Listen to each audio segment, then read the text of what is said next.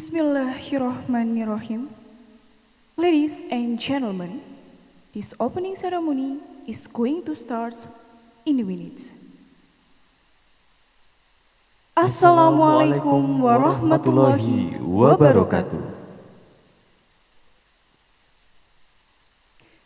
Honorable Rectors of Wali Songo Islamic State University of Semarang, Profesor Dr. Haji Imam Taufik MAG, Honorable Vice Rectors of Wali Songo Islamic State University of Semarang, Honorable Deans of the Faculty of Social and Political Science in Wali Songo Islamic State University of Semarang, Dr. Hajah Misbah Zulfa Elizabeth M. Hum, Honorable Vice Deans of the Faculty of Social and Political Science in Wali Songo Islamic State University of Semarang, Honorable Deans and Vice Deans of all of the faculties in Wali Songo Islamic State University of Semarang, Honorable ranks of the academic community of the Faculty of Social and Political Science in Wali Songo Islamic State University of Semarang. Respectable speaker and participant, distinguished guests, ladies and gentlemen.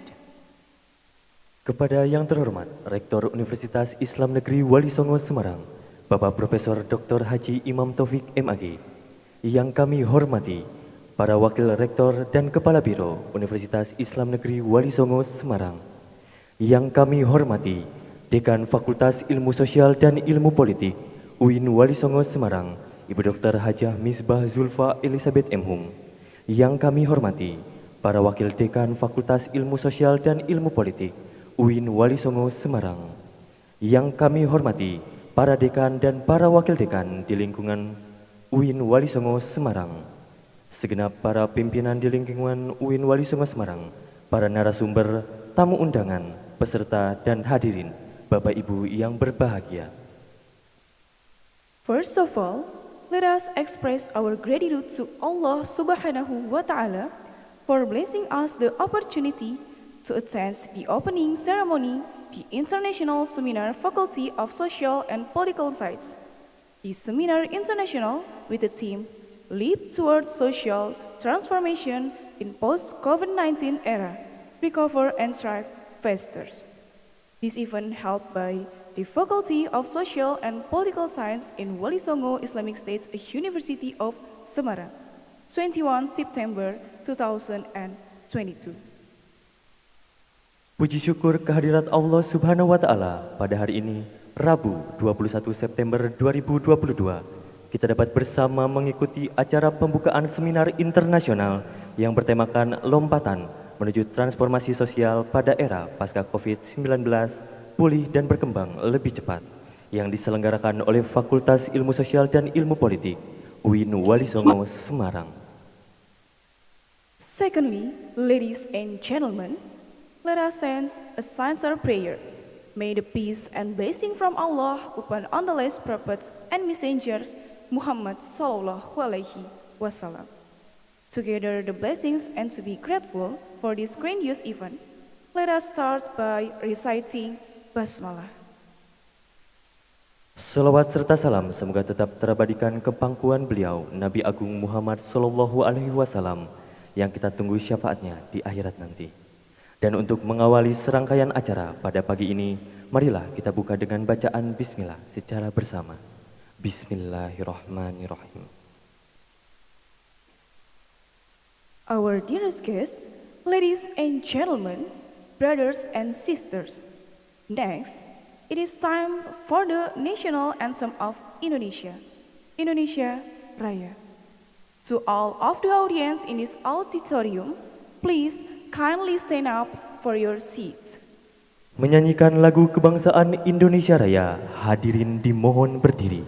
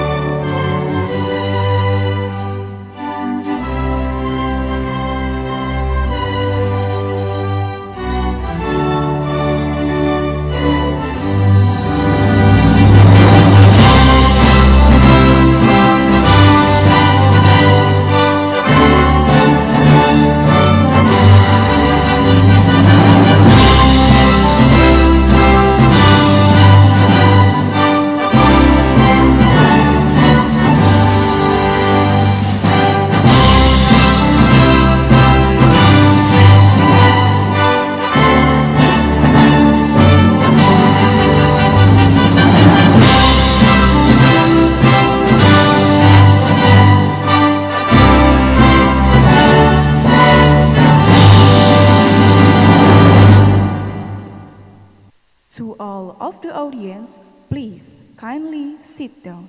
Hadirin disilakan duduk kembali.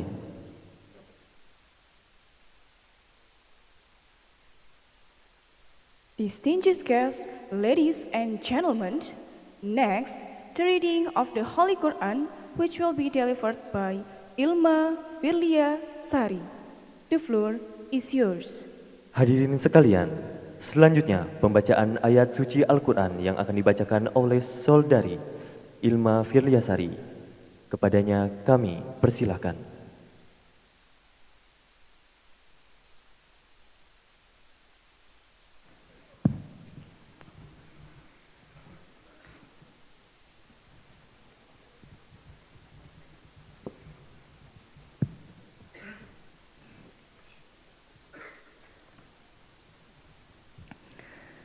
Assalamualaikum warahmatullahi wabarakatuh.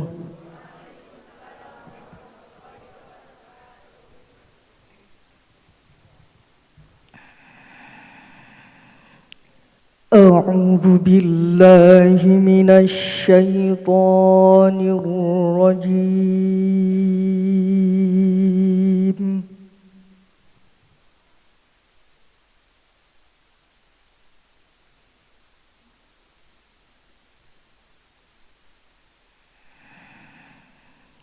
Bismillahirrahmanirrahim.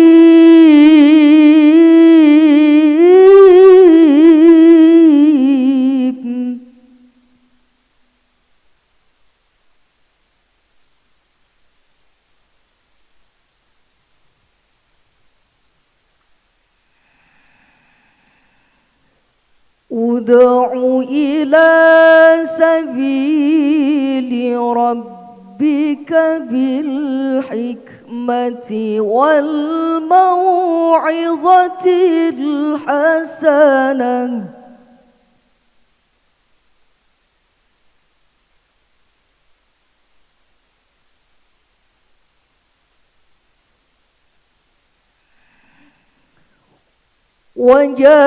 وجادلهم بالتي هي أحسن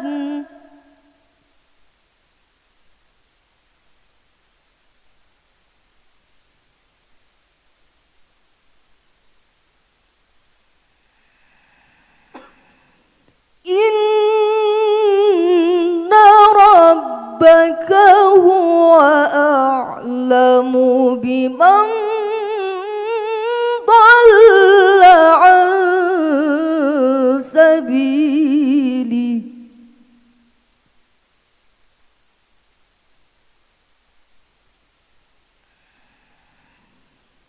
وهو أعلم بالمهتدين.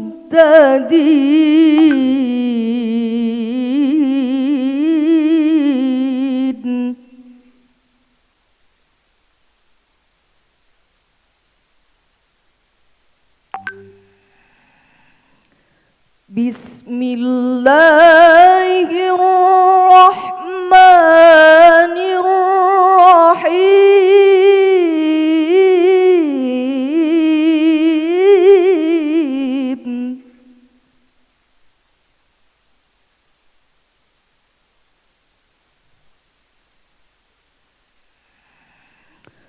اقرأ باسم ربك الذي خلق خلق الإنسان من علق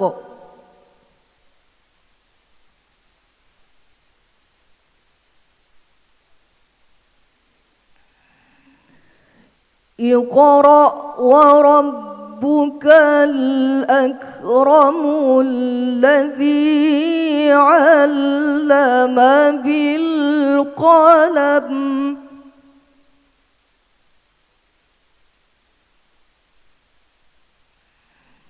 علم الإنسان ما لم يعلم Sadaqallahul azim.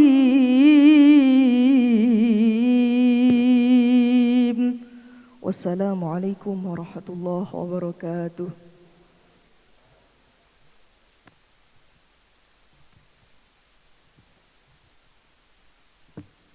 Our dearest guests, ladies and gentlemen, brothers and sisters, next, it is time for the welcome speech from the Deans of the Faculty of Social and Political Science in Wali Songo Islamic States University of Semarang. With honor, I would like to invite Dr. Haja Misbah Zulfa Elizabeth M. Hum, and I would like to request Dr. Haja Misbah Elizabeth M. Hum to officially open the International Seminar, Leap Towards Social Transformations in Post-COVID-19 Era. The floor is yours.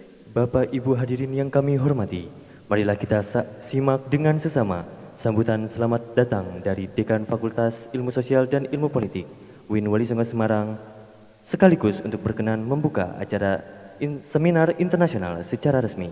Kepada Ibu Dr. Hajah Misbah Zulfa Elizabeth M. Hum, kami persilahkan. Thank you very much for the time. Assalamualaikum warahmatullahi wabarakatuh. Alhamdulillahirabbil alamin wassalatu wassalamu ala asrofil anbiya'i wal mursalin wa ala alihi wa sahbihi ajmain, amma ba'du. The Honorable, all the head of State Islamic University Wali Songo here attended in this event, Bapak Biro AUPK, and then the Dean of and Vice Dean of the all faculties in this university, also the head of staff division and lecturer from the Faculty of Social and Political Science, and also student and our special guest from Salatiga, and for Germany, the speakers, and also from Malaysia. Thank you very much for your coming and welcome to our campus. This is third campus of State Islamic University Wali Songo, and this is the rectorate building, and this is the main theater room of our campus. Welcome. Thank you very much for your coming.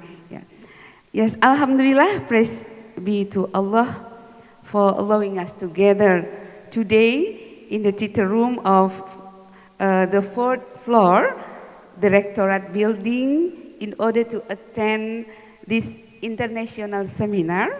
Hope this event goes well.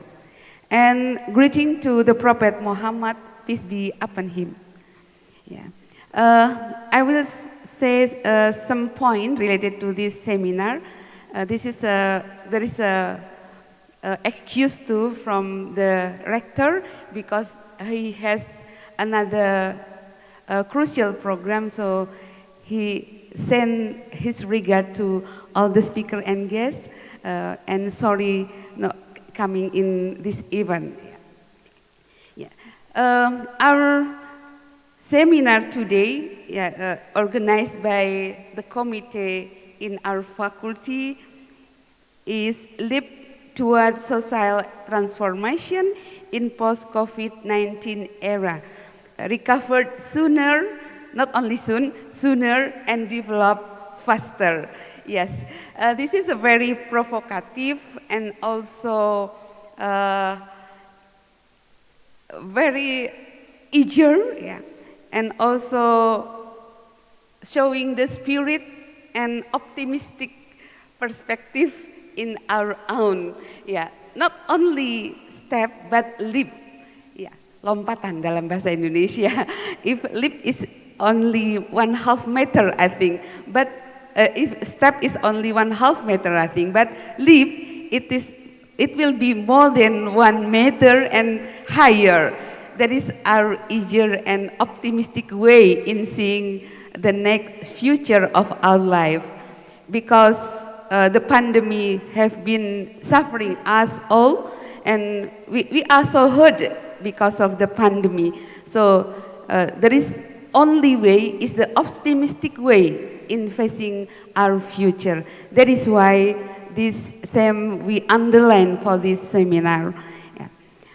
Ladies and gentlemen, and the special guests,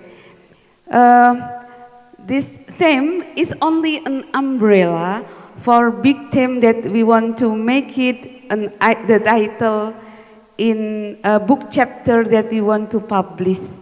And this is only eventual event to make that academic award that will be organized by our faculty. And factually, this event is not only the academic event as the dissemination of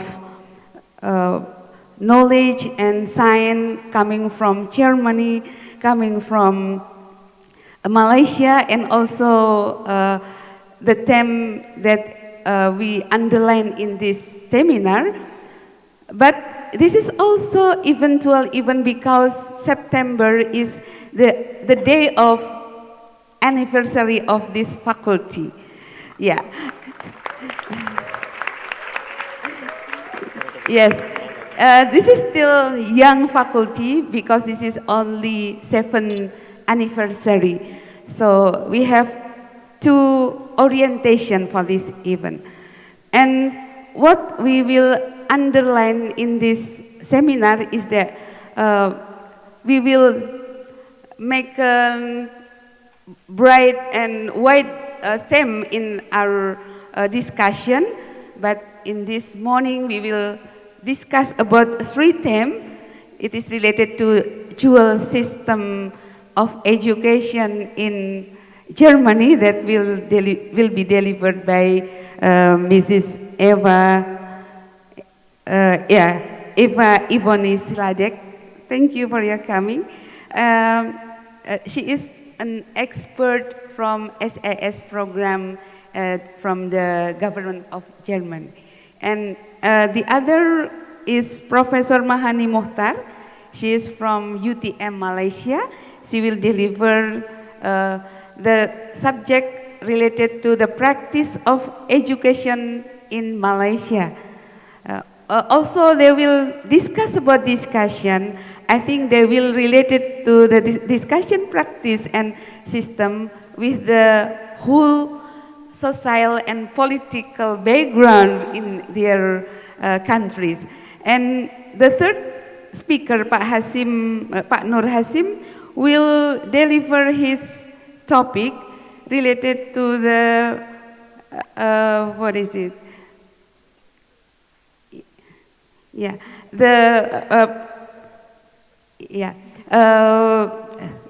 I forget. Yeah, higher education engagement in the movement of eliminating sexual harassment. Yeah, this is a free theme because the real theme is actually not that. Yeah, we hope that all of the theme will become one deep discussion after the call for paper that we will send to all of us.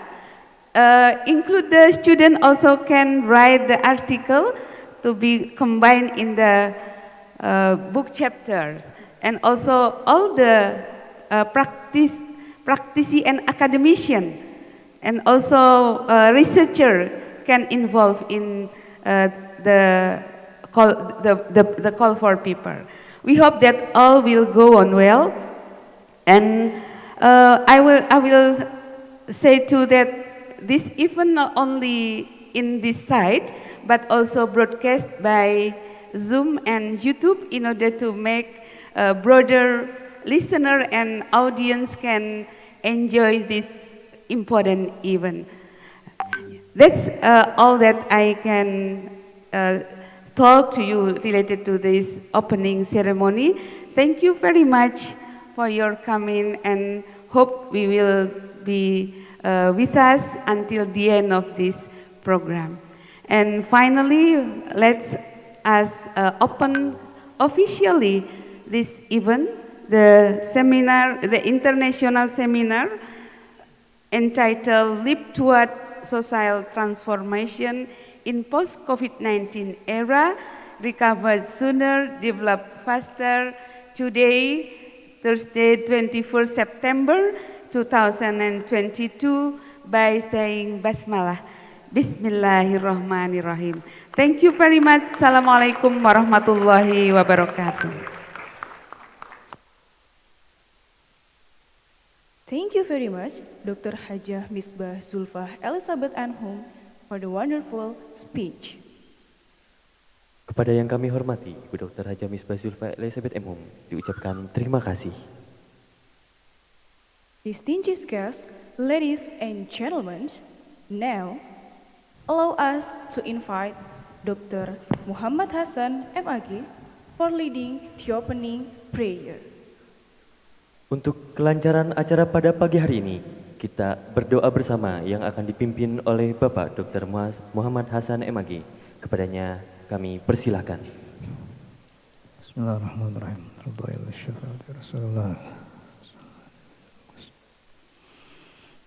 Al-Fatihah. Bismillahirrahmanirrahim. Alhamdulillahirabbil alamin. Iyyaka na'budu wa iyyaka nasta'in. اللهم صل وسلم على سيدنا محمد سيد الأولين والآخرين وسلم رضي الله تبارك وتعالى عن كل صحابة رسول الله أجمعين. الحمد لله رب العالمين حمدا شاكرين حمدا ناعمين حمدا يوافي نعمه ويكافئ مزيده. يا ربنا لك الحمد كما ينبغي لجلال وجهك الكريم وعظيم سلطانك. سبحانك لا نحصي ثناء عليك كما أثنيت على نفسك. فلك الحمد حتى ترضى ولك الحمد إذا رضيت ولك الحمد بعد الرضا. اللهم صل وسلم على سيدنا محمد صلاة تنجينا بها من جميع الأهوال والآفات وتقضي لنا بها جميع الحاجات وتطهرنا بها من جميع السيئات وترفعنا بها عندك على الدرجات وتبلغنا بها أقصى الغايات من جميع الخيرات في الحياة وبعد الممات وعلى آله وصحبه وبارك وسلم. اللهم يا الله سلمنا وسلم أهلنا وأولادنا من آفات الدنيا وعذاب الآخرة. اللهم إنا نسألك رضاك والجنة ونعوذ بك من سخطك والنار. اللهم إنا نسألك موجبات رحمتك وعزائم غفرانك والعصمة من كل ذنب والغنيمة من كل بر سلامة من كل إثم لا تدع ذنبا إلا غفرته ولا هما إلا فرجته ولا مريضا إلا شقيته ولا عسر إلا يسرته ولا جهل إلا عظمته برحمتك يا أرحم الراحمين. اللهم إنا نعوذ بك من علم لا ينفع وقلب لا يخشع وعمل لا يرفع ودعاء لا يسمع ونفس لا تشفع وعين لا تدمع. اللهم انفعنا بما علمتنا ربي علمنا الذي ينفعنا وانفعنا بما علمتنا ربي علمنا الذي ينفعنا. ربنا يا ربنا تقبل منا إنك أنت السميع العليم وتب علينا يا مولانا إنك أنت التواب الرحيم. ربي اجعلنا مقيم الصلاة ربنا وتقبل دعاء. ربنا اغفر لي ولوالدي وارحمهم كما ربونا صغارا. ربنا اغفر لنا والإخوان الذين سبقونا بالإيمان ولا تجعل في قلوبنا غلا للذين آمنوا ربنا إنك رؤوف رحيم. ربنا آتنا في الدنيا حسنة وفي الآخرة حسنة وقنا عذاب النار والحمد لله رب العالمين. سر الفاتحة.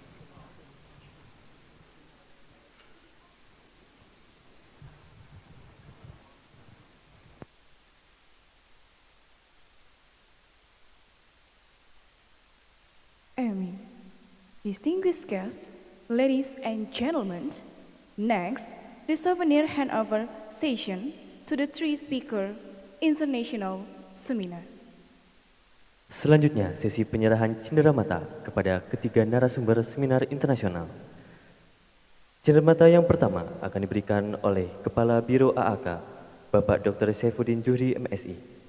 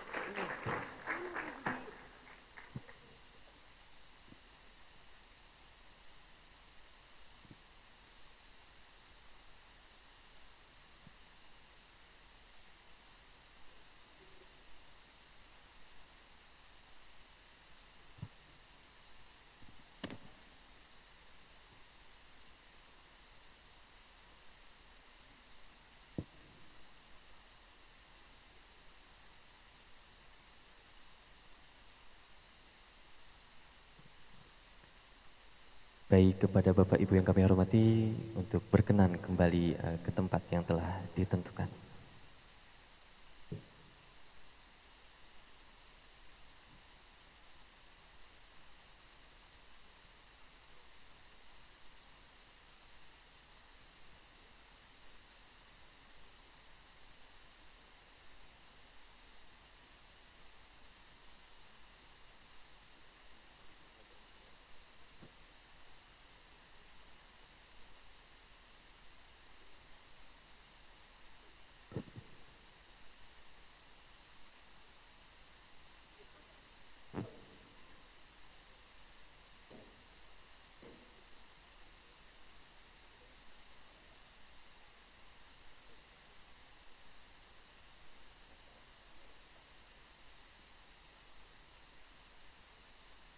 Distinguished guests, ladies and gentlemen, next, International traditional dance performance, namely Ratoh Jaro. Ratoh Jaro is one of the traditional arts originating from Aceh. This dance has received recognition from UNESCO as an international cultural heritage in 2011. This dance is known as the Dance of a Thousand Hands. Hadirin sekalian yang saya hormati, selanjutnya pertunjukan tari tradisional Indonesia, yaitu tari Ratoh Jaro. Ratoh Jaro adalah salah satu kesenian tradisional yang berasal dari Provinsi Aceh. Tarian ini telah mendapatkan pengakuan dari UNESCO sebagai warisan budaya internasional pada tahun 2011. Tarian ini juga dikenal sebagai tarian seribu tangan. Proudly presents Virajo, Visip Ratoh Jaro. Dengan bangga mempersembahkan Virajo, Visip Ratoh Jaro.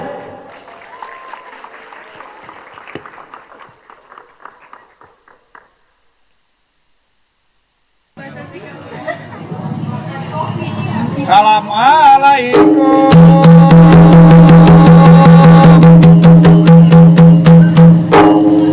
Kamu ucapkan ke Bandung Rakan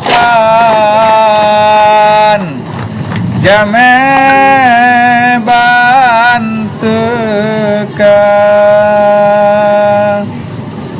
Ce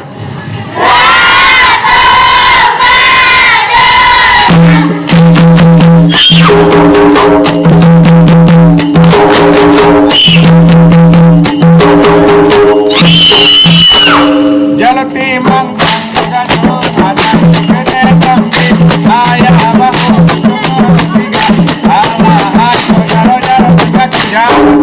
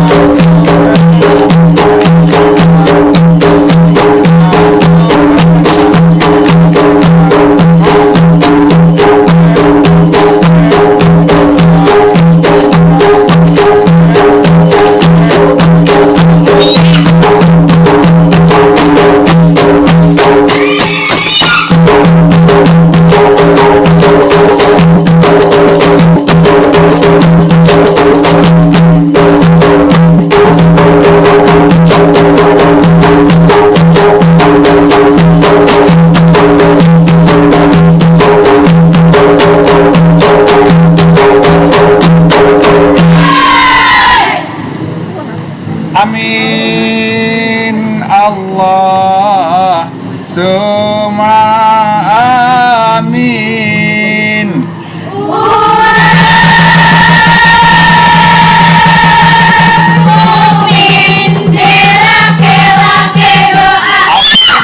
Rahman Allah yang nanggo atem kamu tidak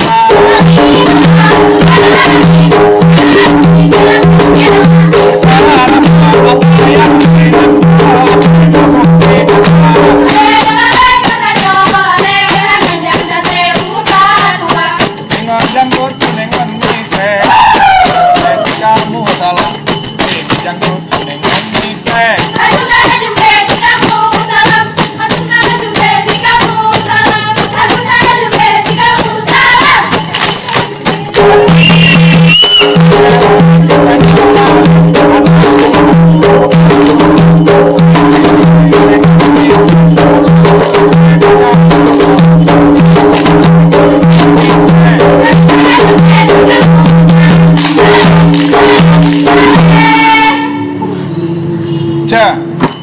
Jempa kita bulan pastu tanda hati kita kita gegah.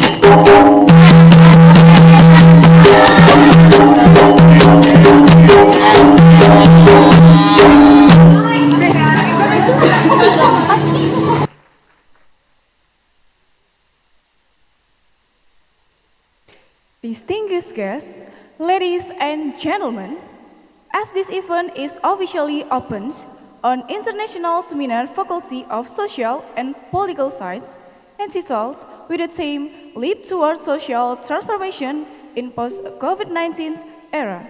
Finally, the opening ceremony is ended. International Seminar will be attended by 3 speakers. Dr. Research Eva Ivan Sadek, as an expert SEA's program Germany,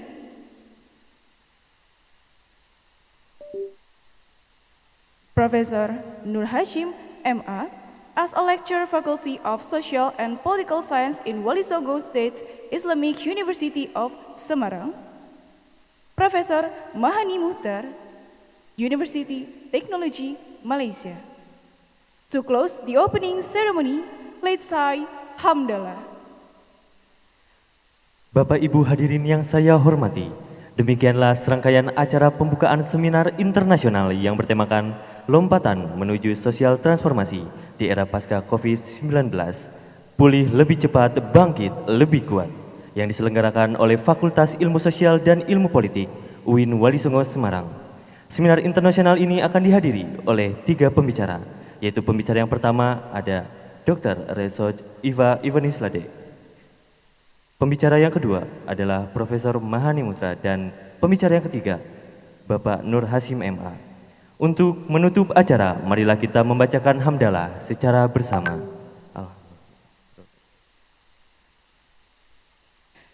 The next sessions will be guided by Dr. Ahwan Fanani MAG as a moderator. Dan sesi selanjutnya akan dipandu oleh Bapak Dr. Ahwan Fanani MAG sebagai moderator. Thank you for your attention and appreciations, and also for the presence and contributions to these events. For all the audience, please remind visits to follow all the seminar sessions today. Enjoy the seminar. Terima kasih atas perhatian dan apresiasi serta kehadiran dan kontribusi pada acara ini. Kepada seluruh peserta kami mohon tetap duduk untuk mengikuti semua sesi seminar ini. Selamat menikmati sesi seminar. Saya Pramanda, Saya Afra Sabina. pamit undur diri. Wassalamualaikum warahmatullahi wabarakatuh. Waalaikumsalam. Okay, thank you. Assalamualaikum warahmatullahi wabarakatuh. Alhamdulillah, syukurillah, wassalatu wassalamu ala rasulillah, ma ba'd. Okay, we will continue our program. We come to the main program, is discussion. And before we begin, I will say hello to all participants. How are you? Are you ready? Okay, thank you very much. Okay. Honorable Budekan, Ms. Dean, Dr. Misbah Zulfa Elizabeth, M. Vice Dean 1, 2, and Vice Dean 3, then all the head of department in our faculty, and then all lecturer, and of course our invited speakers, Mrs. Dr. Rar Soch Eva Yvonne Sladek. I'm sorry if I maybe, it's okay. Okay, thank you very much. There is expert from SAS Germany. And the second is Associate Professor Ibu Mahanani Mokhtar, or Puan Mahanani Mokhtar, according to Malaysia, okay, from the Faculty of Social Sciences and Humanities, UTM, Malaysia. And the third is our college, Pak Dokter Insyaallah, ya, Syekh Muhammad MA from the Social and Political Faculty. And we will today discuss on the topic Leap Towards Social Transformation in the post-COVID-19 era, recover sooner, develop faster. So this seminar is held with two reasons. The first is to commemorate our birthday of our faculty, the 7th birthday. And the second, we want to welcome and to face the new era, because today we have with the COVID-19, I think COVID-19 is, we try to recover because the cases might get down. And of course our society now faces the new era, how to recover from the situation. And of course this topic is taken under the two subtopics.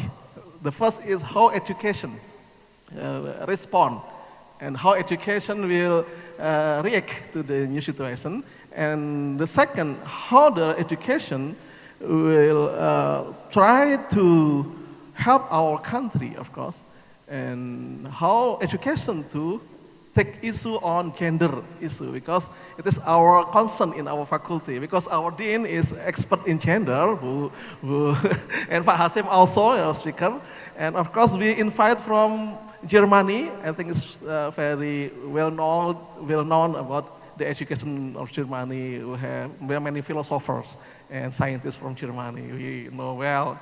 Yeah, and the second, Malaysia, our neighbors.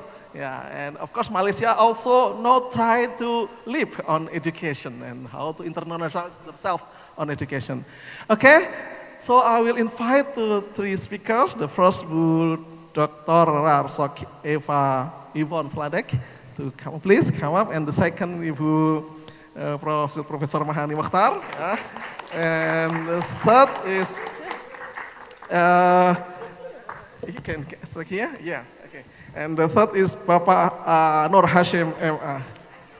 Okay, give applause to them. Yeah. Okay. Okay, please have a seat. Okay, I have introduced our topic. So, the first topic will be presented by Ibu Dr. Eva Yvonne Sladek on the dual system of education in Germany. We know Germany is well known of technology, philosophy, and scientists. In social science, we have Frankfurt School, I think it's very famous in Indonesia. Karl Marx is famous too. Hegel is famous in Indonesia. So many experts from Germany famous, and the Germany technology like car and the other, of course, well known in world. And how Germany link between school, a university with work and industry. I think it is important thing. In Indonesia, from 2020, our Minister of Education have launched the program MBKM, Merdeka Belajar, Kampus Merdeka, of free education and free campus. With main issue is how education can link with the real society life, with real the need of work and industrial. So it is, I think, we have in common concern here with Germany. And the second is Associate Prof. Mahanani Mokhtar. We will talk about education practice and concept in Malaysia. We know Malaysia is now neighbor, but they try to internationalize themselves. And there are many universities in Malaysia accept and send their students to abroad. So we have Malaysia is a country with high quantity of student mobility in the world, I think. So, and they invite to Harvard. They invite many universities in Europe and open in Malaysia in order that their citizens can apply there. So I think it's very interesting, and how Mahanani will talk about that. And the third is Pak Muhammad Hashim MA will talk about higher education engagement in the movement to achieve gender equality. Gender equality actually have issue in every part in the world, but Indonesia try to raise the engagement of women, and from 1990s, and now our faculty also have concern on that, how education have the awareness to gender equality and to overcome the gender-based violence. So I think Pak Hasim is our expert on that. So we will have time from here, from 9, what time now? 20 to 10 until about 12. And so we'll present from Bu Eva, then Bu Mahanani, and then Pak Hasim. Each of you will speak about 20 minutes. Is enough? Okay, then after that we will discussion with all audience. Okay, for the first time, I invite and give the time for Bu Eva to talk about dual system education in Germany. Time for you. Thank you. Salam alaikum. Wonderful. So I would like to speak about vocational education in Germany. And I can say with pride that Germany is a country in Europe where we survive crisis quite stable. So when we had the financial crisis, our industry was prepared to react very fast.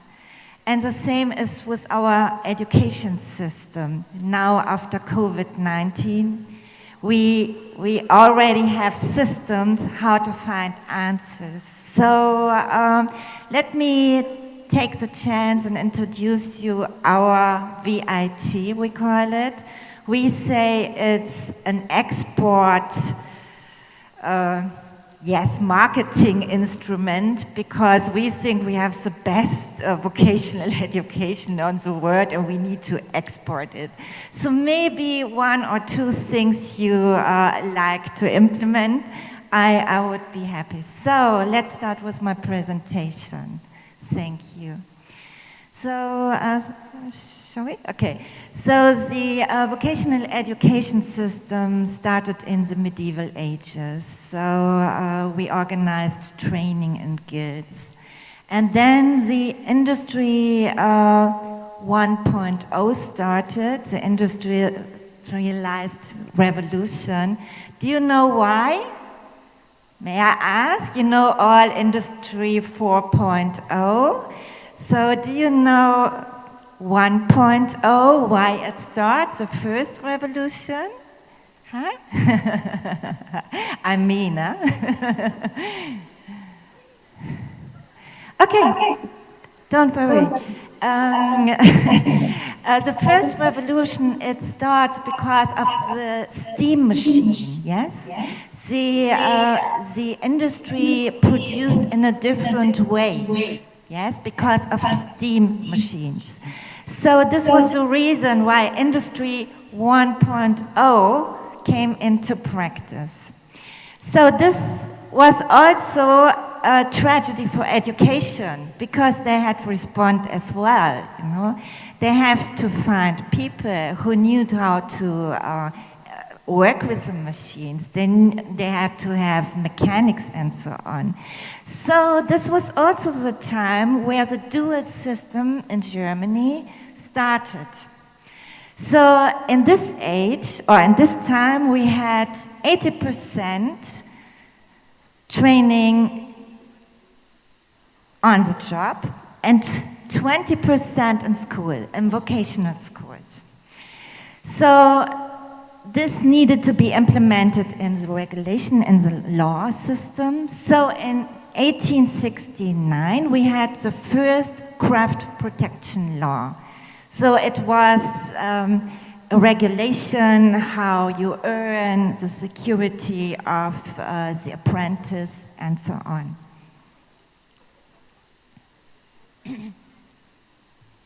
Okay, next slide, please.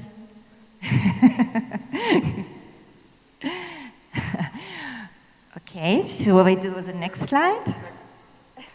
Next slide, please. So when we look in Germany who goes into dual system, so we have 61% who go from the secondary schools.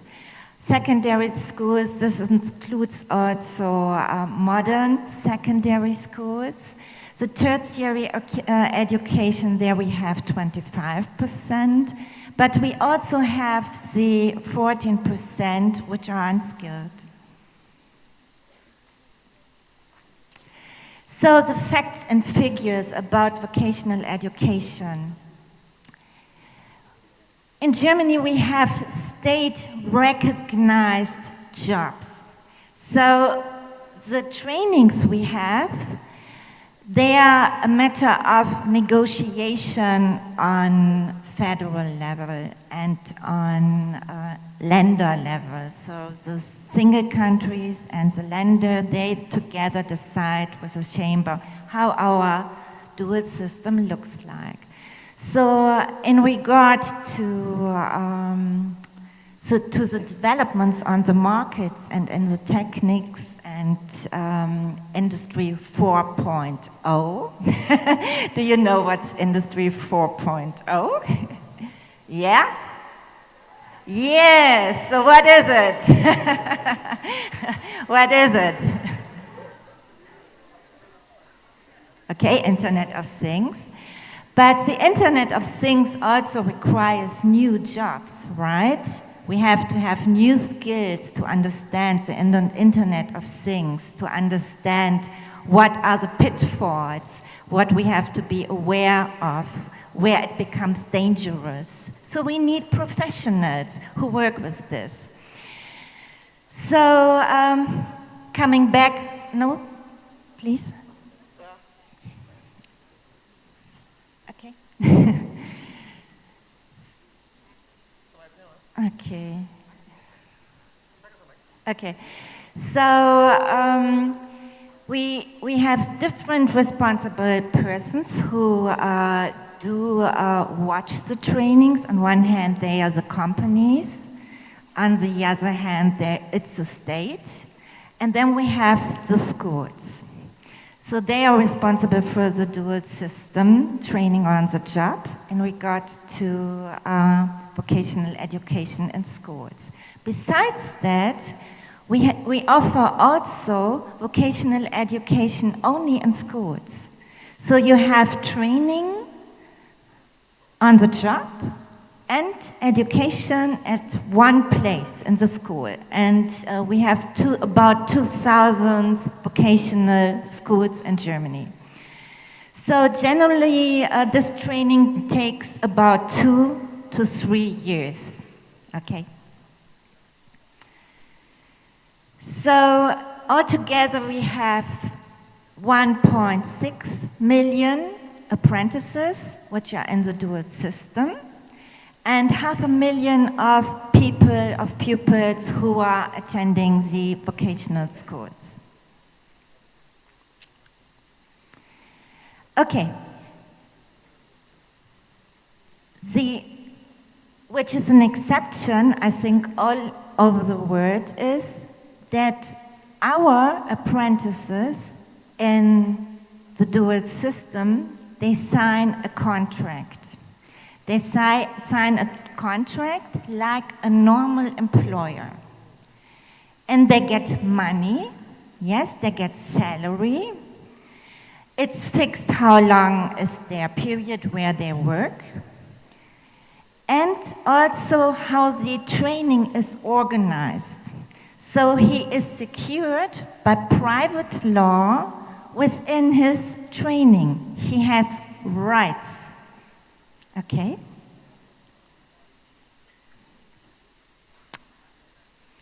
And these rights, they were fought for with the trade unions. You know, when there was the first and the second industry 1.0 and 2.0, when the assembly line was created and mass production was created, people thought, or people who joined the trade unions, they were thinking about, we have to protect our employers. We have to protect the trainees against bad mechanism of industries, which hurt people, where people got sick and had no protection. So they fought for the right of the employees. Yes? Okay. Yes. 1/3 of the salary which a normal employer gives to his employees already is in the hand of someone who's in the dual system. So they have the right to earn 1/3 of the salary of a normal employer. This is a difference in Europe. Usually people who are trainees, they usually don't earn anything. This is different in Germany. Okay, we can go on. Okay, so this training needs to be guided, it needs to be monitored, training needs to be approved, you need to have a certificate. And we have an old system also from the medieval ages, which are the chambers. And the chambers, they are responsible for guiding, for advising, for monitoring, and for providing training and giving certificates. So we have different kind of chamber of commerces. One is in regard to agriculture. We have very big chambers of commerce. Usually they are also presented all over the world. We have chambers for crafts and free professions. Okay, and here you can see the pictures to it. So in the middle you have the chambers of the different fields. And around this you have the actions, what they do, they advise, they monitor, they issue and review. Do you notice something? Yeah? Do you notice something when you look at this chart?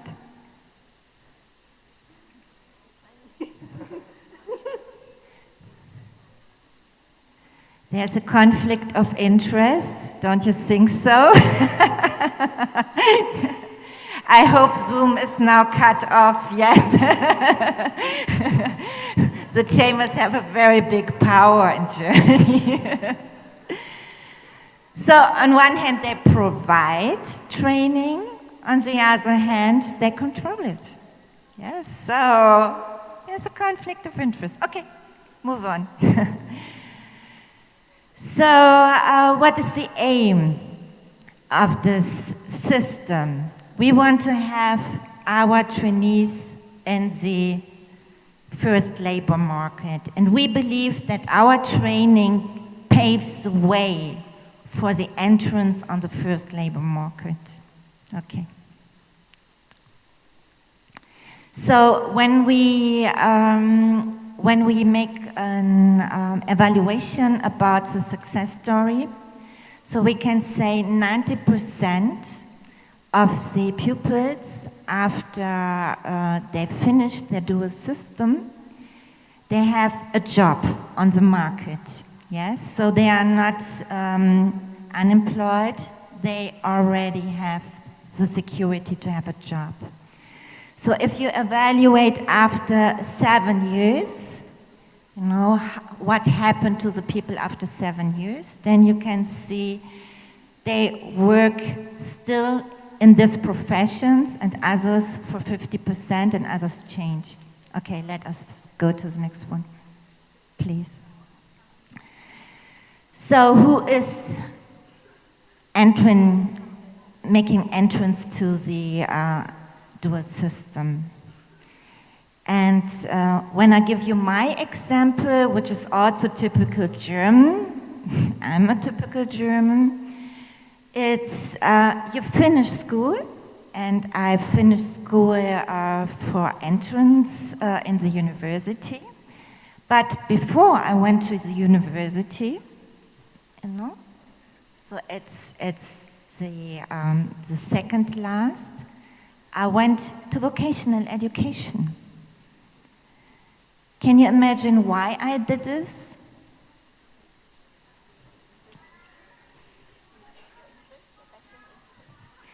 I heard about my interest and my passion and my giving. No? No.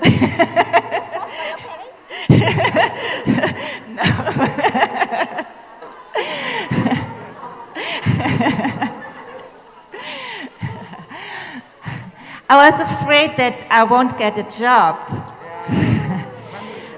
Money. Yeah, it's all, the word is all about money, right? So, yes, I was afraid I go to university and study something, and then I study 5 years, and then I'm out with a minus on my account, but no job. So this is the reason why you see this high number of people who have the chance to go to university, the option, but they first go to the dual system, yes? Because they want to learn something to earn money in case of the case they don't find a job, yes? So it's a kind of security. So when they finish their education on the market, they go to the university. This was my way. I thought it was a good way. After knowing how much you have to work for money, you know, you study very hard to get a good profession. Okay, so yes, the rest were the figures, how much percentage from each school. So you might ask yourself, come on, why is the employer paying so much money for trainees? They are not skilled, right? They cause additional work. You have to care for them, you have to give them insurance. They want training. Come on, why do you pay them on top? So, the reason is, okay, I cannot read so far, but I have it in my mind. Probably you have better eyes. So, the reason is, you know all Mercedes, right? Mercedes Mercedes, our car industry, the big car Mercedes, you know it? You know Lufthansa, right? Okay, so for example, Lufthansa, Mercedes, they have a special training system. So they train their trainees so specialized that they stick with this job and in this company forever. So the company has less investment into human resource. They have loyal employees. They do not have to look for new employers. Yes? So it's actually, on the bottom line, it's cost saving. Yes?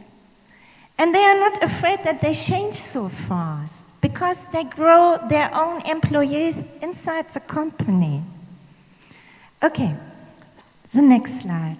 I'm now afraid I'm already talking too long, but this is just a slide about the size of companies and how many of them take apprentice in the dual system into the companies.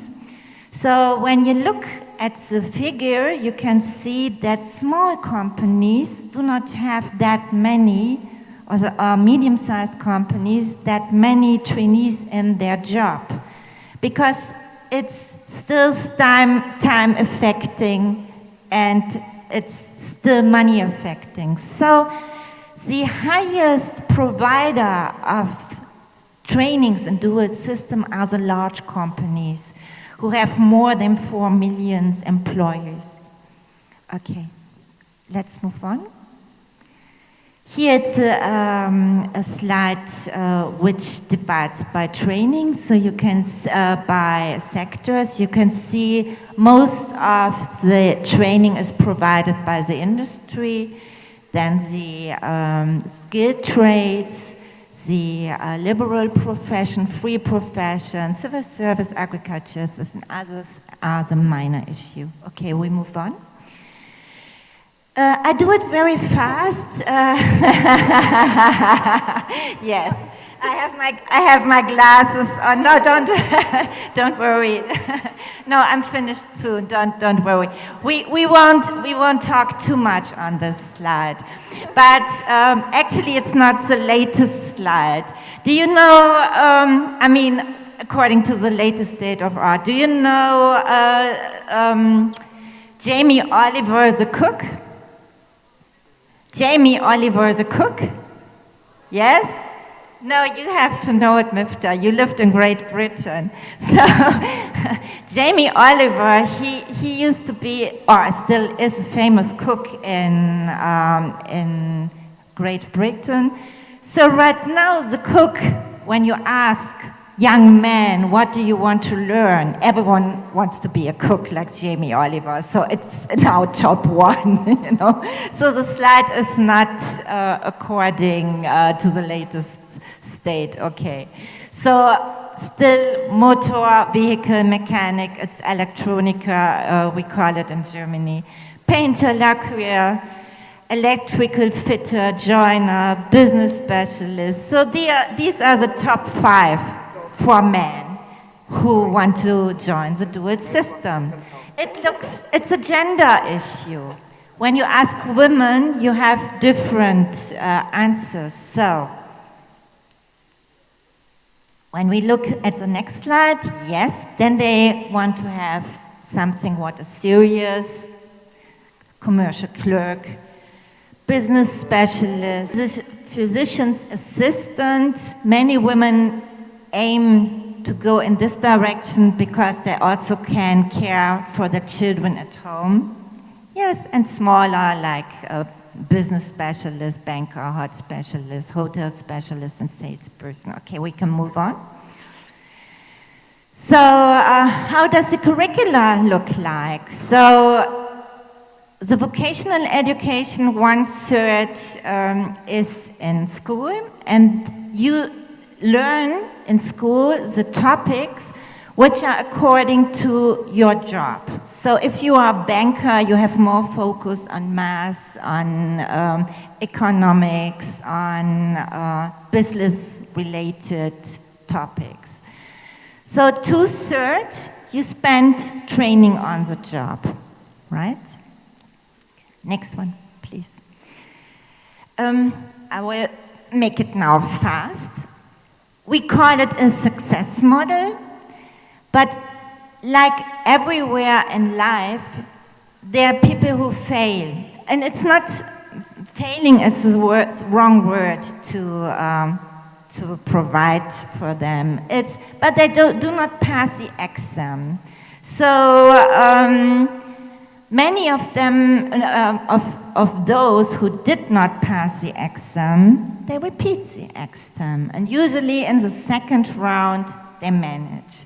So there is a difference according to the jobs.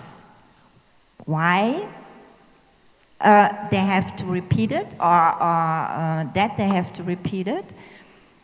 Okay, I won't mention each one. Yes, the next one, please. And with the payment, you can see right now, there's still a difference in payment according to the area of Germany where you live. You all know that Germany used to be divided in West and in East, yes? And it's still the case that in East Germany, you earn a little bit less than in West Germany. It's still the case. But on the other hand, the living costs, the cost of living, they are lower too. So you do not have that much cost for living, but you earn also not as much. So actually, at the end of the day, it's balanced. Okay. So this is the responsibilities in Germany, and this is more complex because we have the federal level, and this is the Ministry for Research and Education, but also the Ministry of Labor. And everything what is connected to labor, this is being judged on federal level, yes. When it comes to education itself, you know, how education looks like, this is a topic of the countries, you know. So I come from North Rhine-Westphalia. It's the biggest country in Germany, yes. And we have our own system of education. So we do not like if the people from Schleswig-Holstein interfere in our education system. Okay? So on regional level, we find the competent bodies, the chambers. And on local level, we have the training institutes, the training companies, sorry, and the vocational school. So I was very much surprised when I came here, and I'm a senior expert. Now I'm talking too long, I know. And I met a lady, she was the vice minister of the educational minister of Baden-Württemberg. So actually you have somebody here in Salatiga who was one of the little people which sit here at the big table. So this is a table where people or organization or ministries, the federal government, the experts decide how does training look like. Now we have Industry 4.0. And this board has to sit together now and think about how is training now adapting to the times, you know, to the market development. Okay, the next one. Okay, so in the past we had typesetters, we had draftsmen, technicians, draftsmen. So now it's media designers. So the job changes. We can move on, okay. I will shorten this now a little bit when you think about training and competences, you always have to think about being in a jungle. You know, you are with a team, there's a plane accident, you are with a team in the jungle. What kind of competences do you need to survive? And then you have project management, you have social work, you have, craftsmen, and so on. So think always when you think about competences, what you have to educate on, think about the jungle. So, okay, now we move now very fast. Yeah, social skills, digital skills, Industry 4.0. Okay. And there we have the number, the top of the top, which we defined as competences which you have to have in the job. It's creativity, social competences, communication, activity, motivating competences, methodology, intercultural competences, manager competences, and digital skills. Okay, so now I gave you a long summary, I'm sorry for this, of our vocational education system. And the new system is, we have now the dual university. But this is another story. Thank you. Okay, thank you, Bu Eva. It's very clear and full of data, I think. We can see. Jadi, so the education in the era of 4.0 actually originated from Germany. Jadi, kita sudah applicate. Our government also have the program on that, or kebijakan ya, policy on that. One of them is like blended learning and the others. But Indonesia don't implement or translate into Merdeka Belajar. But of course, the main idea is how we study and we also find our interest in the work area. But in Germany, if you apply in university, and they have vocational, so while you study in campus, you also work in industry, in the factory, and you get salary, dapat bayaran ya. Sepertiga, 1/3 of the employer, ya. It's very high, I think. And I think the higher is 70 euro ya, 700 euro per month. Until 60, so satu bulannya dapat 10 juta atau 1,5 juta dari gaji magang di sana itu. Jadi kalau Anda kuliah sambil magang dapat HR dari pabriknya 7,5 sampai 10 juta. Ya, we hope Indonesia like that, maybe next time. Insyaallah itu something. Yeah, but of course in Germany is the cost of living high too. But I think it is interesting how university link with industry and life work, yeah, like in Lufthansa, like in Mercedes and the other. We should try how to develop the magang apprenticeship like that, but in struggle now. It is how to make balance between study in campus and study in outside the campus. I think it's very interesting. We can deepen our conversation with Bu Eva, maybe in the question like later.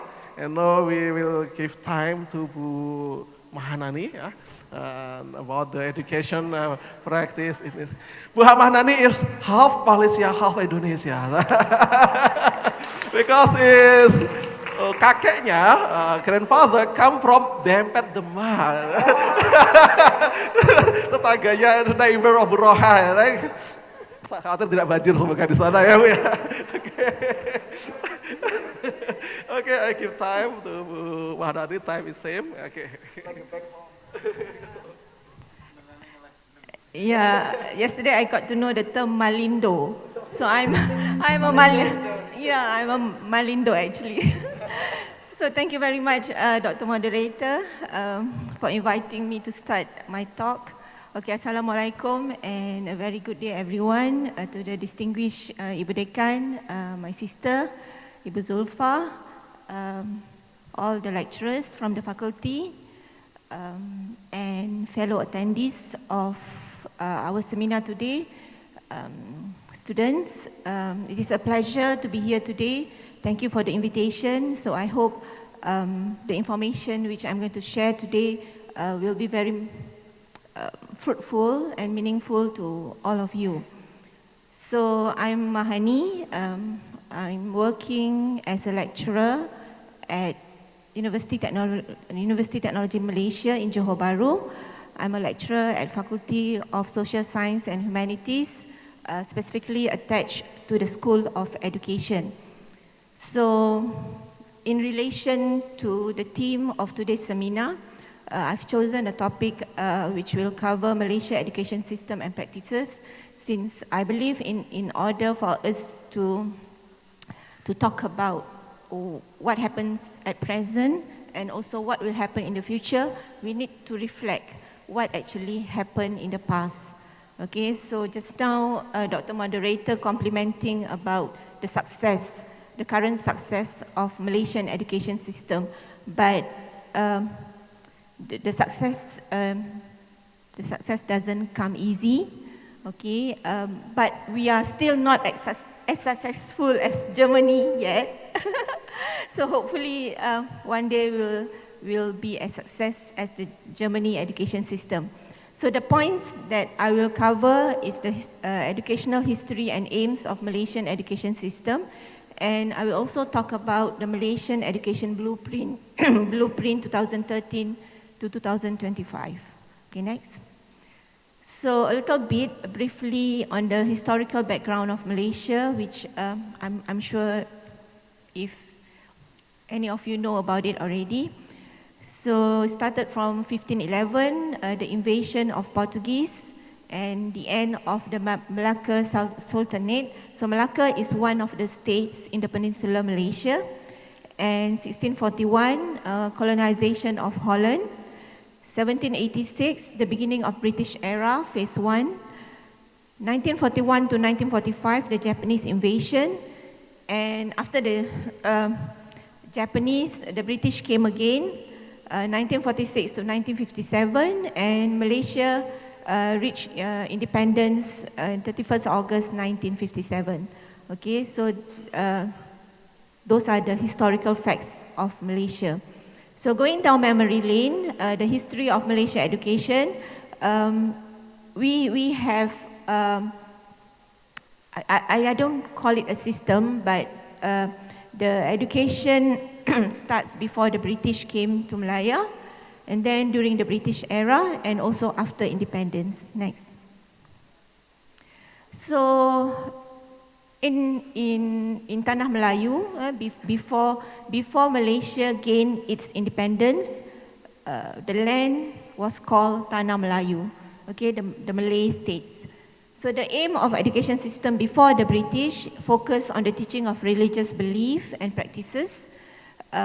So the session was more on Al-Quran reading, writing of Jawi transcript, and then teaching was done by religious teachers at their houses. There were also religious schools, and the venue, mosques were also one of the venues for the teaching of religious education. Okay, next.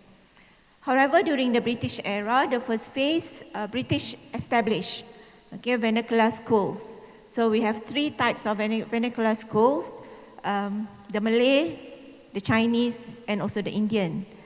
So aside from the vernacular schools, there were also English schools, which was formed by the private sector and also the government. The government here refer to the British government at that time.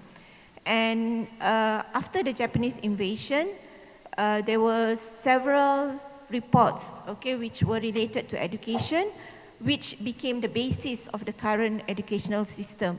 So the reports such as the Chisman report, the Bunce report, the Fenwu report, the Education Ordinance, and also the Razak report 1956, okay, directly before Malaysia gained its independence. Okay, next.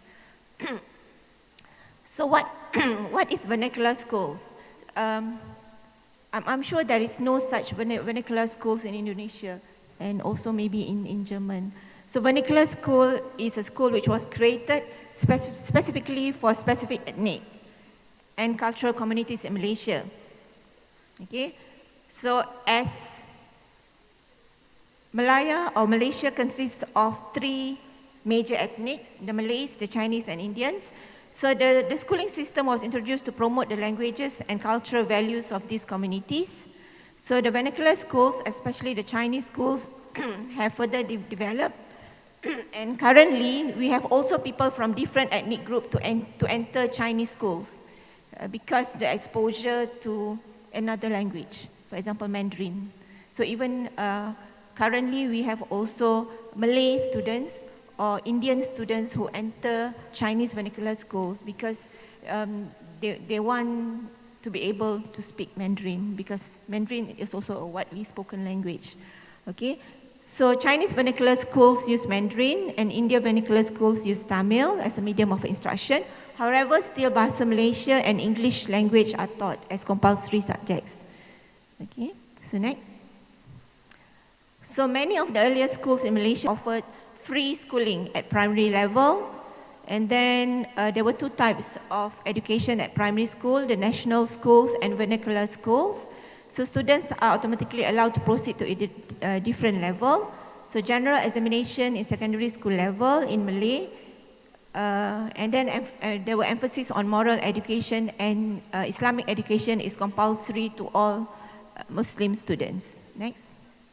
Then we have also the cabinet report which emphasized on calculating, reading and writing. And then at secondary level, that is where the start of vocational education in Malaysia through the cabinet report 1979. Okay, and then we have the Educational Constitution 1995, which due to the vision of 2020, the primary level education is compulsory throughout 5 to 7 years, and that is also the start of national philosophy of education. Okay, next. So this is our national philosophy, which is in Malay we call it Rukun Negara, which I'm sure in Indonesia it is called your Pancasila. So we have the 5 notions: belief in God, loyalty to king and to the country, supremacy of the constitution, the rule of law, and mutual respect and good social behavior. Okay, next. So based on the Rukun Negara just now, it is cascaded to form our education system through the establishment of national education policy. So it's an ongoing effort to produce holistic and integrated manner, intellectually, spiritually, emotionally, and physically balanced and harmonious citizens. Okay, next. So these are the concepts and aims of our national education system. Next. Okay, so in Malaysia, the educational systems, I'm sure also in other countries, also similar to other countries. So it's for individual development, social development, economic development, political development, and also it adheres to the governmental needs and aspirations to ensure social solidarity, decrease of racial gap. As I mentioned just now, Malaysia is a unique country.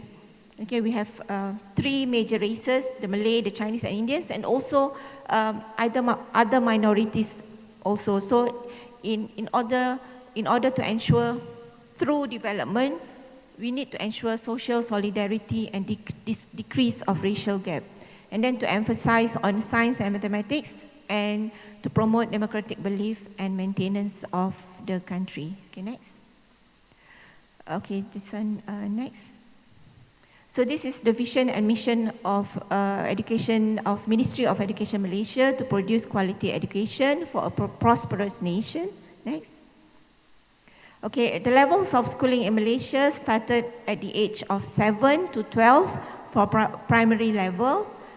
That is where you have the 2 types of school, and it's actually more than 2. Actually, we have national school, vernacular schools, and currently we also have private schools. Private Islamic schools and also private schools, which there are also schools which follow British education system. Okay, and then the secondary level starts at 13 to 17. I'm sure similar here to your sekolah menengah atas, okay, SMR. Okay, for SMR, there is no vernacular school. So all the Malays all the Chinese, the Indians who go to vernacular schools, they will enter one national secondary school. And the secondary school starts at Form 1. However, if the students from the Chinese and the Indian vernacular schools, if their Bahasa Melayu competency is low, proficiency is low, they cannot straight enter the Form 1. Okay, they need to spend 1 year in remove class. So remove class is a class which emphasizes their Bahasa Melayu proficiency. So if they pass the remove class, then also they will go to Form 1. Okay. And then the post-secondary education is Form 6 and matriculation, and the tertiary education starts at the age of 18, where the students go to different tertiary institutions. Okay, nice. So this is a rough figures of our schools. Basically, we have roughly around 10,220 schools throughout Malaysia. Okay, nice. Okay, the curriculum.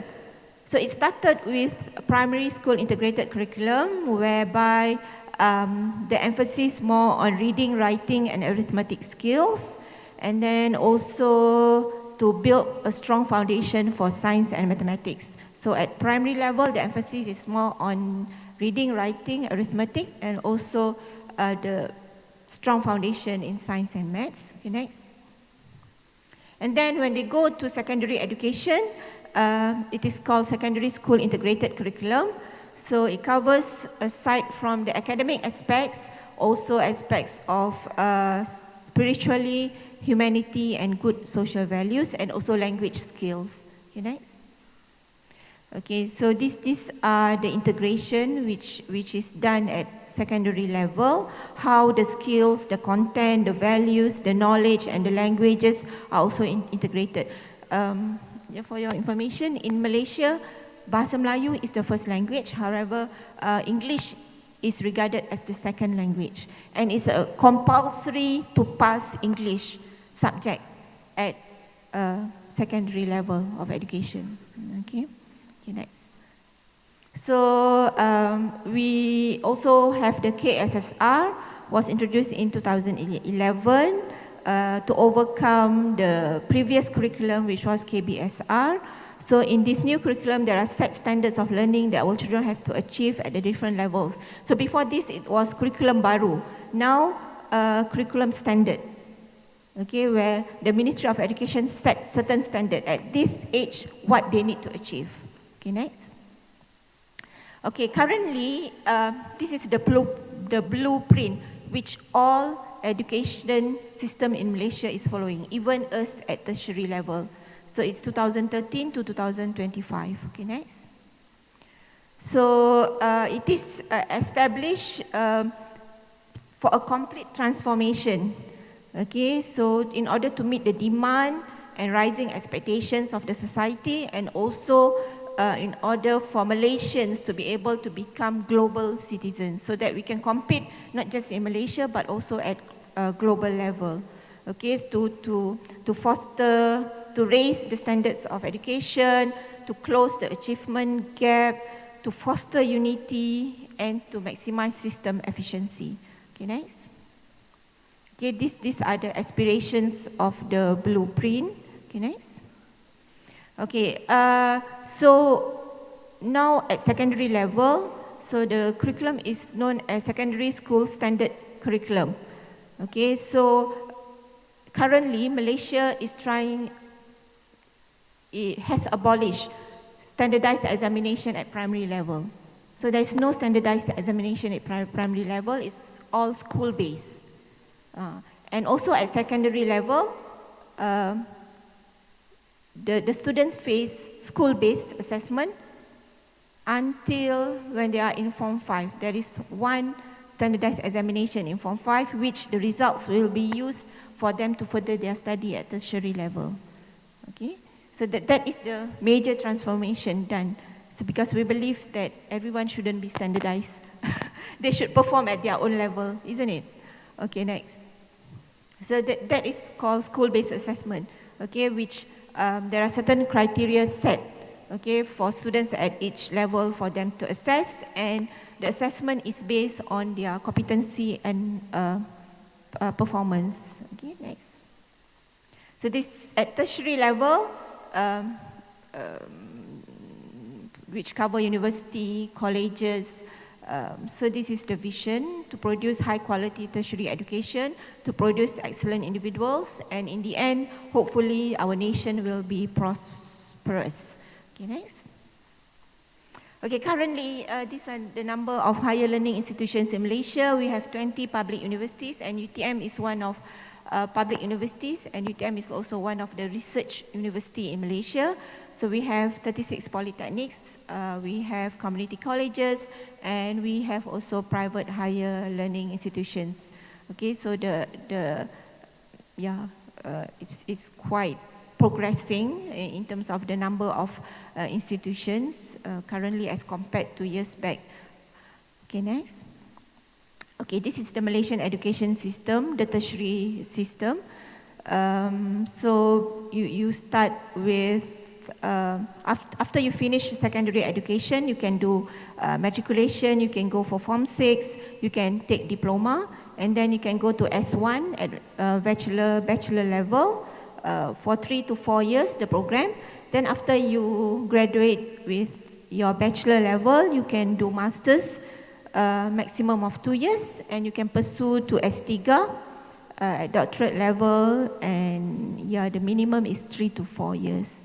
Okay, so this is the levels of tertiary education in Malaysia. Okay, next. Okay, so at present, okay, the theme of the seminar is a post COVID era, isn't it? So now the in thing is teaching with technology. Somehow the pandemic COVID-19 is a blessing in disguise. Somehow we managed to adapt, okay, to the changes in using technology. So now the in thing is the future of our education. I think at every level, okay, not just the tertiary education, but also primary and secondary education, is to teach with technology. Because when you teach with technology, you can create a more engaged environment, you can prepare students for the future, you can improve collaboration, and you can connect you and with your students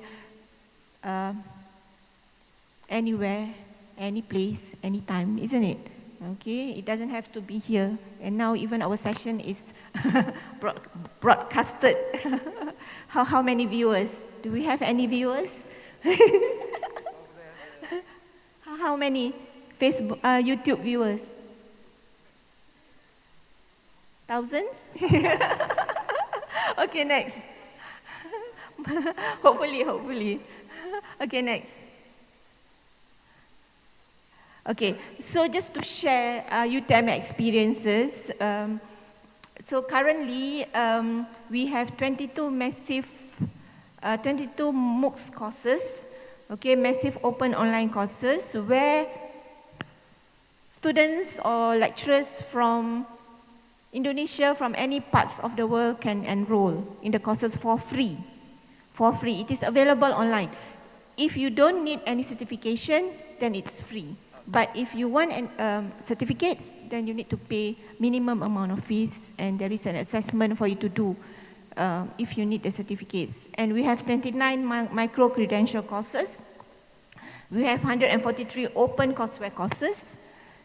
Okay, so yeah, it's available online for you to browse, okay, the courses. Okay, next. Okay, so these are the courses which are open online to anyone throughout the world. Okay, these are the popular courses. You can go to the web. Okay.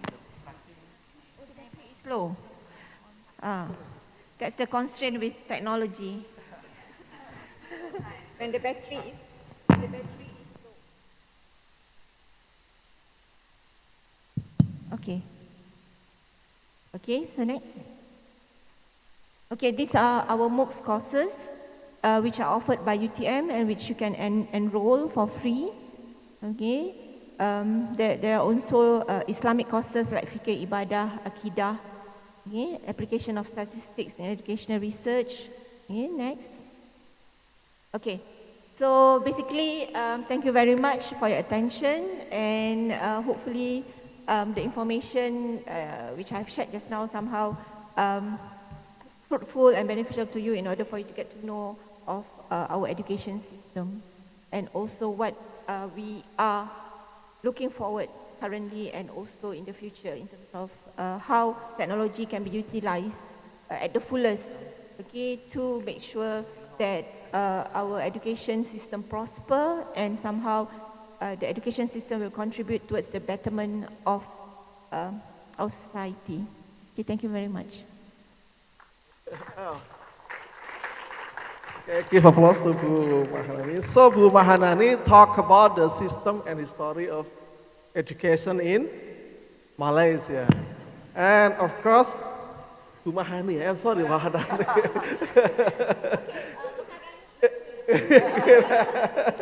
Yeah. So in Malaysia, in UTM, she is lecturer on School of Education, but under the Faculty of Social Sciences. Why? Because in Malaysia, the government tried to make faculty simple. So some government is well organized in one faculty. So education is part of social science. In Indonesia, we have what? Sociology, administrasi, public administration, and then international what? Relationship. It is commonly is under social science, but Malaysia maybe there are many more department under that. And what is the level of education from the primary to the tertiary? And they have the specific school for ethnic, Malay, Chinese, and India. We don't have in Indonesia, but we have religious, maybe like religious. So it is I think the unique system in Malaysia, how ethnicity is part of important spectacle in Malaysia.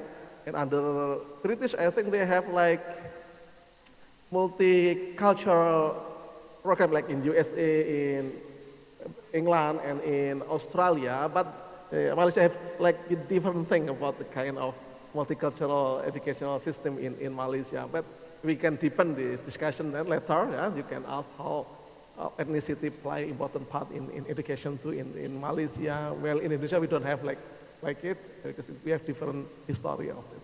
And I think we will come to the last speaker, our beloved lecturer, of course, Pak Hasim.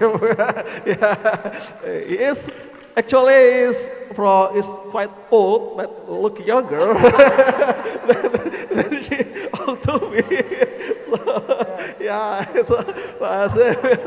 So on the whole faculty or education, higher education engagement in gender equality movement, he is very expert and he speak about the gender equality in many places in Indonesia. I think it's invited in many places, in Jogja and the other places.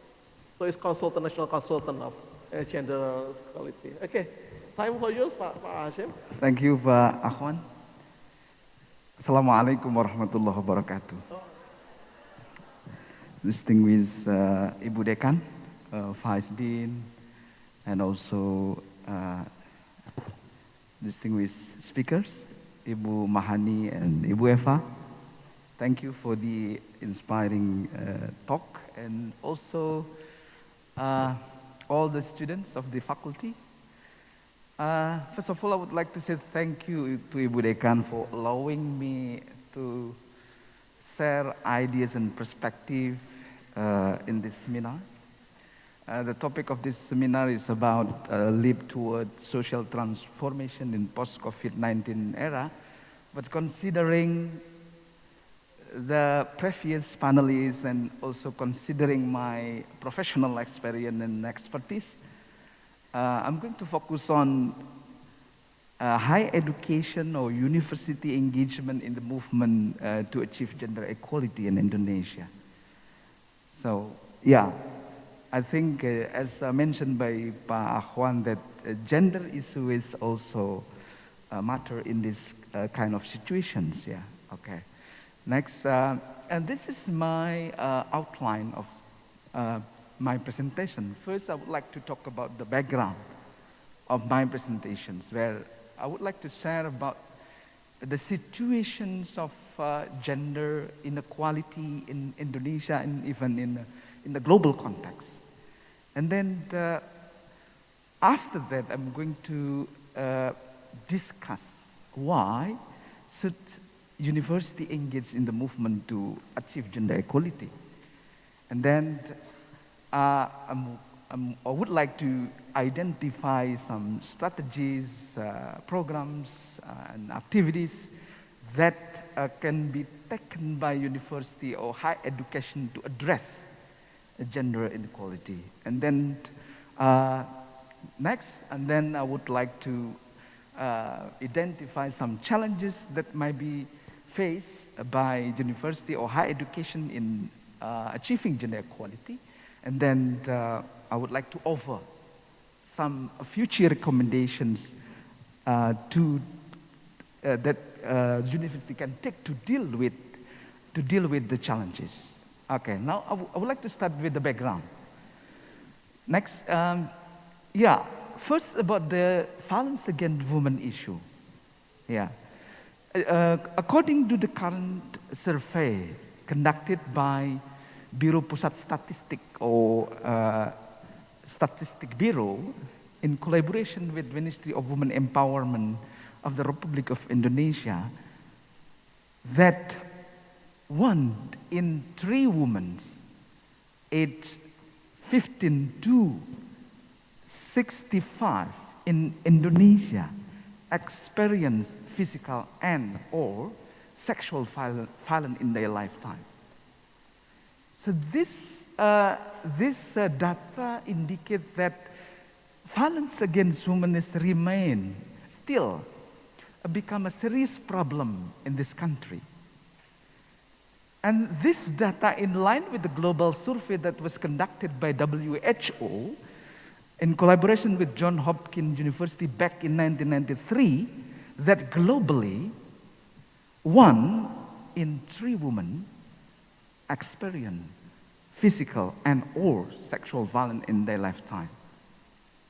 So this is, the situations about violence against women, kekerasan terhadap perempuan. Okay, and then next I'm going to share with you about the women representations. Next slide, please. Yeah, when we're talking about gender equality, we also talk about one of the indicator about the women representations, both in government level or in other sector, like the private sector.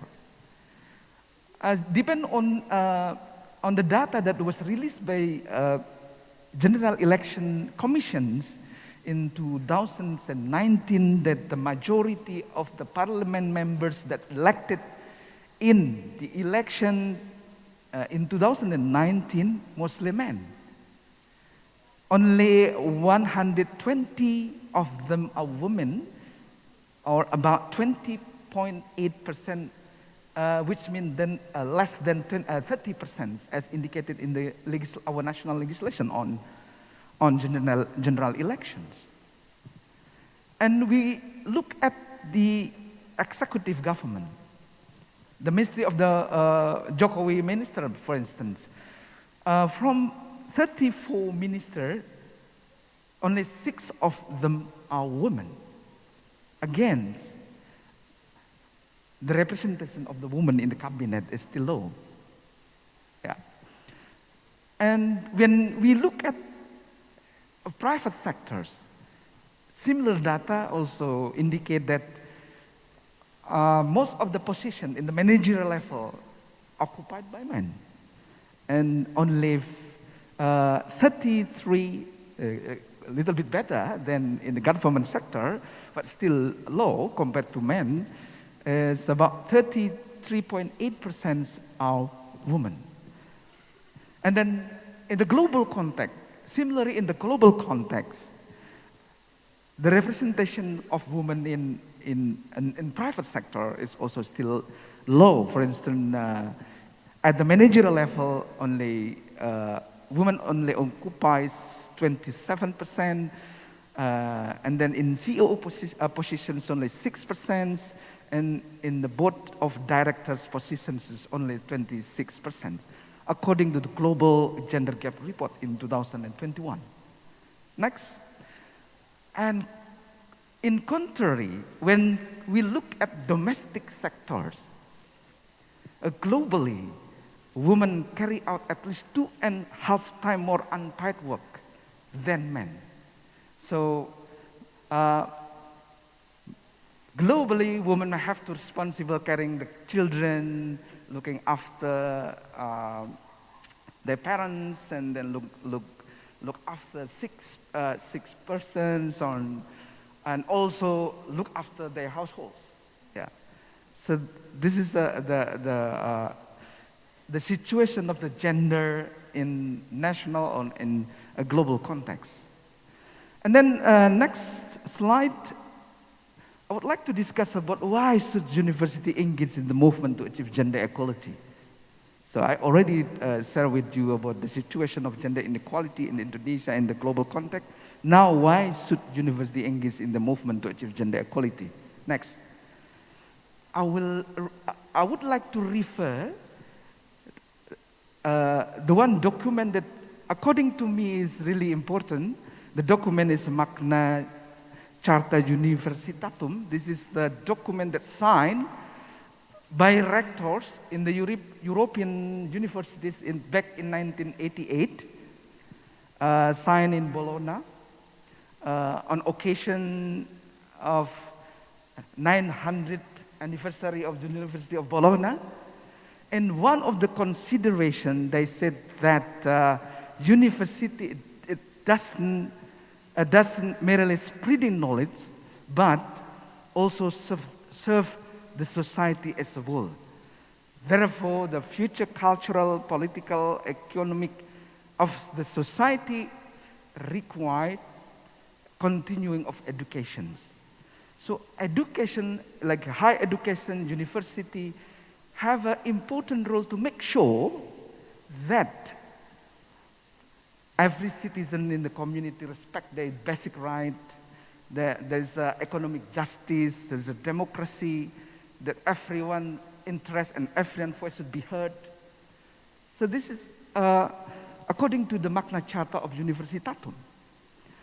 And if we look at our national legislation, according to Undang-Undang tentang Perguruan Tinggi, in the consideration is also mentioned that the role of higher education is to educating people, advancing science and technology, applying humanity values, and sustainable culture, and empowering the Indonesian society. You can see that we are, university is not just doing a research, doing a teaching, but university also have to engage in the social transformations according to our legislation. And for UIN, like UIN Walisongo, the religious-based university like us, we also bound with the ultimate goal of Islam, to realize rahmatan lil alamin. So this is one of the reasons why higher education university have to engage in the movement to achieve gender equality. Next, about university or higher education, for me, is a place for knowledge production. For me, knowledge that not just describe and evaluate social phenomena, but knowledge that also provide direction and description for future society, or for future world, or for social transformation, or for betterment of our society. Social transformation that empowers those who are marginalized, oppressed, and my topic is women who are oppressed and marginalized. So I think a university also has important role in empowering those who are marginalized and oppressed. Or sometimes we call it as emancipatory knowledge. It's not just instrumental knowledge, but also emancipatory knowledge. Knowledge that empower those who are marginalized, oppressed, or subordinated, and so on and so forth. Next. So, based on the Magna Carta Universitatum, based on the national regulation on higher education, and also based on the objective or ultimate goal of Islam to realize rahmatan lil alamin, and also university as a place for knowledge production, for me, academic community members of higher education is not just a scholar. They are also an activist that actively engage in carrying out social transformations. Next, and then I would like to identify some strategies, some programs, some activities that can be taken by university to achieve gender equality. Next. First, I would like to talk about the policy and regulations. University have to establish gender machinery, like Pusat Studi Gender dan Anak, to accelerate gender mainstreaming processes in the university. We need the gender machinery like PSGA. And then the policy to integrate gender perspective in teaching and learning process, like integrating gender perspective in university curricula, for instance. So all the subject, for instance, in Faculty of Social and Political Science, have to integrate gender perspective within the curricula. And then third, about affirmative policy for women addressing practical and strategical gender needs. I will talk later about some example of programs and activities that addressing the practical and strategical gender needs in the university. And then the last point, I think this is the current hot topic in Indonesian university about sexual violence. So according to me, in policy and regulation level, it is important to higher education to have policy on safeguarding in workplace, especially on sexual violence prevention. Like Win Wali Songo, we have already have keputusan Pak Rektor tentang pencegahan kekerasan seksual. So this is, I think, a good example of the policy as part of the engagement of the university to address issue of violence against women and to achieve gender equality. Next, some program and activities that can be taken by the university or higher education. First, integrating gender perspective in university curricula. So there are some workshops that have conducted by PSGA on how to integrate gender perspective in the curricula, and then building lactation room for breastfeeding mothers. I think this is to address the practical gender needs. And then promoting women leadership in managerial level, so like our dean. So Ibu Alice is one of the women that held dean position in this university. Actually, we have two before, but Bu Lilith has already passed away a few months ago. And then providing scholarship for women academic staff. This is also important. And then establishing mechanism for sexual violence prevention. So this is also important program and activities as part of university engagement to achieve gender equality. Conducting research on gender and women issue, developing community-based services or program addressing gender and women issue. So this is also some activities that can be carried out by university. Next. And then, this is an important point, budget allocations. So because still, if we're talking about gender issue, is not always covered by appropriate or proportional budget for doing like a research on gender issue, on women issue, and so on and so on. So allocating budget is also very important. Okay, next. But I think we have some challenges, yeah. And this is some of them that I identify as challenges that maybe we might face in the future. Androcentrism in higher education, where men as a dominant, authoritative subject in knowledge production. So sometimes there are panel like this. There is an all male panel. There is no women's, but luckily here we have two panel, a male panel, and there are two women's panel. I think this is not all male panel. And then the next challenges is about patriarchy and sexist norm and practices in higher education. Yeah, this is the challenges. And then of course about this conservatism in higher education. This is also